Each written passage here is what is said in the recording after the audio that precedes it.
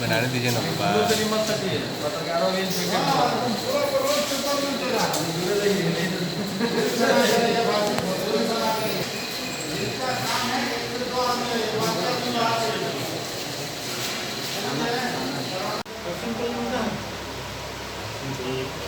Number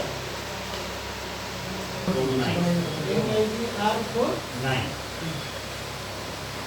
ये जमीन में विवाद हुआ है और ज़मीन 1990 में खरीदा हुआ है।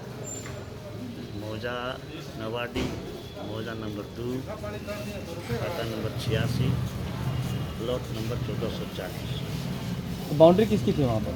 बाउंड्री हमरा किया हुआ था। इस समय इंस्पेक्टर यहाँ पर अखिलेश्वर चौबे थे, अच्छा, तो उस समय फिर भी लोग दिक्कत किया। कौन है ये लोग? ये लोग बोरागढ़ का रहने वाला है, क्या नाम है? इंद्रजीत सिंह उर्फ फोकाटी सिंह।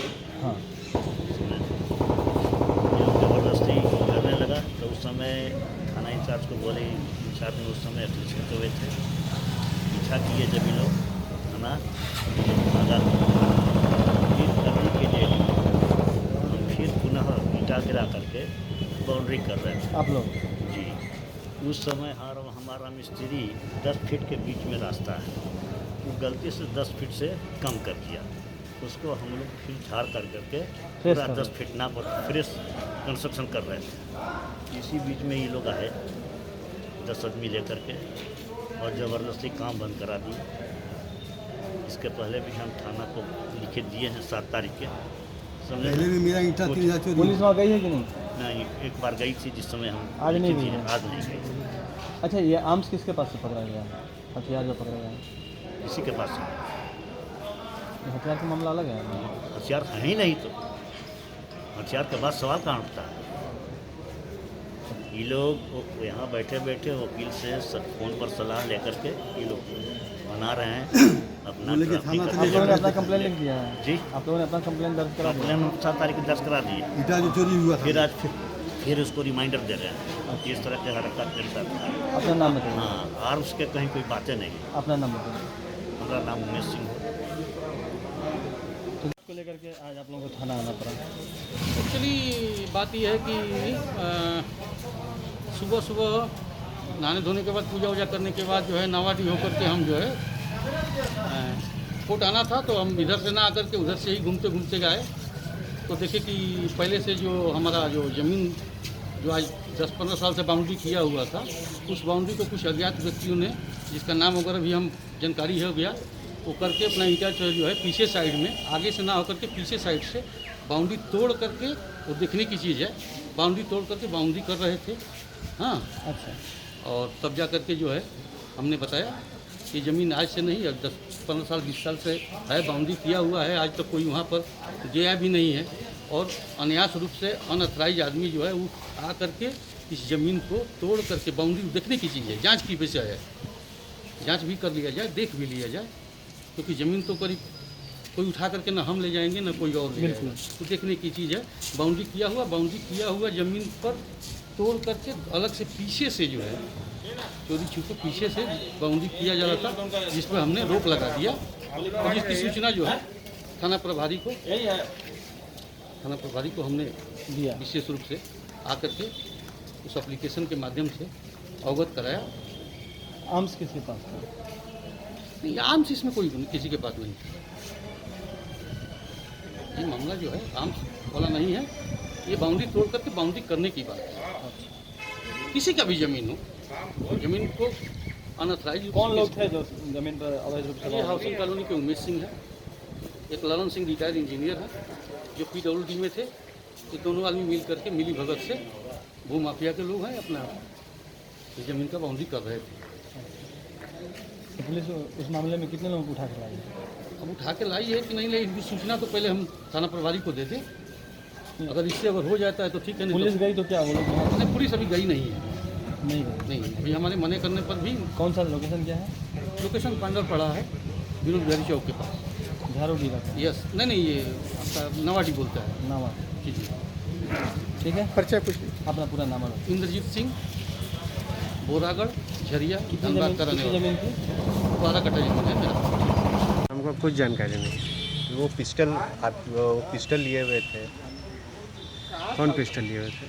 वो 3 जो पकड़े ये गए झारोली वाला 3 मामला लोग क्या था? का शॉर्टकट में था सर। 3 लोग नहीं, वो ज़मीन नापी का मामला है और उनके पास लाइसेंसी पिस्टल है, इसलिए उसमें कोई दिक्कत नहीं है। और सेल्फ डिफेंस में हर आदमी जब लाइसेंस बनवाता है तो अपने कमर में रखता है। कोई उसका प्रदर्शनी करता हो, किसी को चमकाता हो, किसी को धमकाता हो, तब कोई मामला बनता है।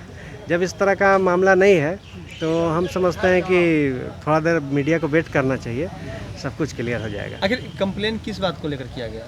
कंप्लेन नहीं था एक्चुअल में, वो ज़मीन जो है रेलवे और 2-3 लोगों का मालिकाना हक को लेकर है। अच्छा, तो इसमें शायद आज सीओ साहब नापी के लिए गए हुए थे और इसी क्रम में सबको बुलाया गया था। उसमें किसी पार्टी का ये कंप्लेन था कि हमको धमकाया जा रहा है, बट ऐसा कोई मामला था नहीं। तो प्रशासन का कहना था कि आप सामान वामान रखे हैं क्या? तो बोले हाँ, तो हम है। तो क्या है? तो पिस्टल है। तो बोले दिखाइए, तो अपना दिखाए। बस उसको रखा गया है जांच के लिए। हमको लगता है कि जांच में पूरा कॉपरेशन लोग कर रहा है, सब कुछ सामने आ जाएगा।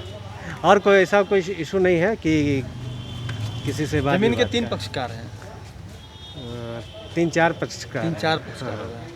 तो इसलिए- सभी सबों में मालिकाना हक को लेकर विवाद है। हाँ, ये कह सकते हैं।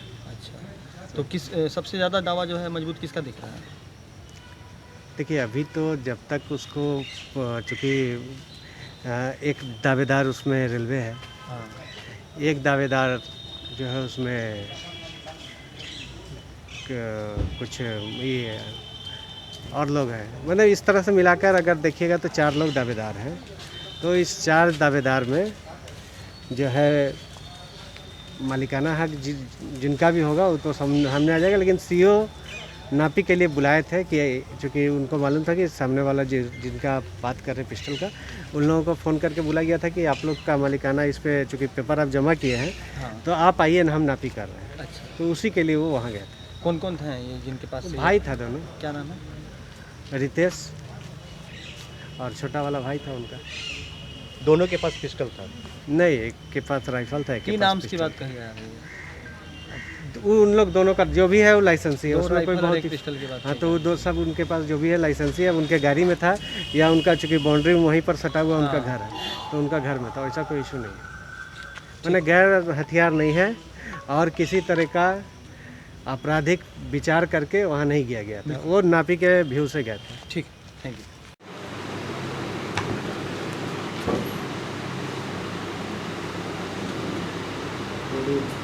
आर्म्स के साथ कुछ लोग पकड़े गए हैं, क्या मामला है?